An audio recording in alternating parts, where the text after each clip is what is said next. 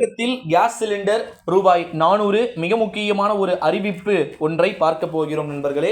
குறிப்பாக இந்த அறிவிப்பை பார்ப்பதற்கு முன்பு சமூக கூட்டம் அப்படின்ற சேனலுக்கு நீங்கள் கட்டாயமாக புதிய பார்வையாளர்களாக இருப்பதற்கு வாய்ப்புகள் இருந்தீங்கன்னா மறக்காமல் நம்ம சேனலை சப்ஸ்கிரைப் பண்ணிக்கோங்க.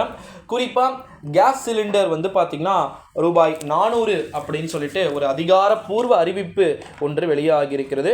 இதை பற்றித்தான் இந்த வீடியோவில் நம்ம தெளிவாக பார்க்க போகிறோம் நண்பர்களே. குறிப்பாக கேஸ் சிலிண்டர் 400 ரூபாய் தானா அப்படின்னு கேட்டிங்கன்னா ஆமாம் நண்பர்களே, அதை பற்றி தான் ஒரு மிக முக்கியமான அறிவிப்பு.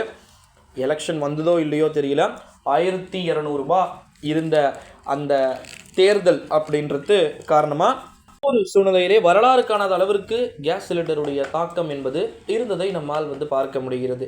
இந்த ஒரு சூழ்நிலையில தான் தமிழ்நாட்டில் மற்ற மாநிலங்களில் கம்பேர் பண்ணும்போது பல்வேறு விதமான மாநிலங்கள்லேயும் இந்த கேஸ் சிலிண்டர் என்பது குறைக்கப்பட்டதை நம்ம அனைவருமே பார்த்தோம். கிட்டத்தட்ட 400 ரூபாய் கிட்ட கம்மியாச்சு.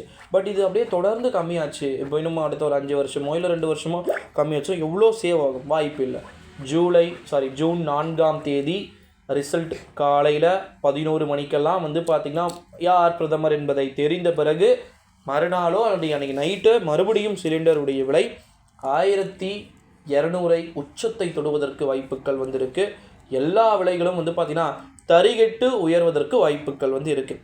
இந்த ஒரு சூழ்நிலையில் தான் உஜ்வாலா திட்ட பயனாளிகள் வட மாநிலங்கள் என்ன பண்ணுறாங்க, மானிய விலையில் சிலிண்டர் கொடுக்குறது.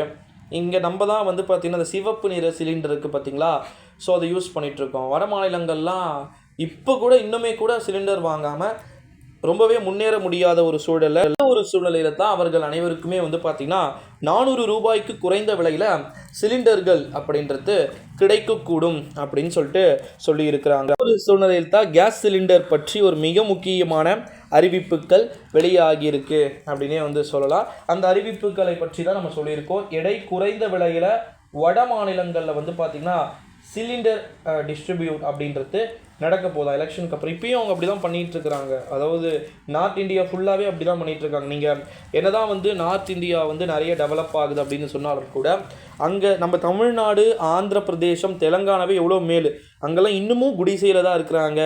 ரொம்ப எங்கே பார்த்தாலுமே எப்படி சொல்கிறது, கரிசல் மண்ணோட காய்ந்த பூமியை தான் இருக்குது. ஸோ அதனால் அங்கே கூட என்ன பண்ணியிருக்காங்கன்னா மானிய விலையில் கொடுக்குறாங்க. இங்கெல்லாம் நம்ம எவ்வளோ ஜிஎஸ்டி கொடுக்குறோம் கவர்மெண்ட்டுக்கு, சென்ட்ரல் கவர்மெண்ட்டுக்கு. பட் பார்த்தா இங்கே பார்த்திங்கன்னா கிடைக்க மாட்டேங்குது. ஸோ எலெக்ஷனுக்கு அப்புறமும் இந்த 400 ரூபாய் குறைந்த விலை என்பது தொடரக்கூடும் என்று சொல்லி இருக்கிறாங்க. ஸோ வெயிட் பண்ணி பார்க்கலாம் நண்பர்களே. நன்றி, வணக்கம். இது போல் அடுத்தடுத்த வீடியோக்கள் பார்த்திங்கன்னா இருப்பதாக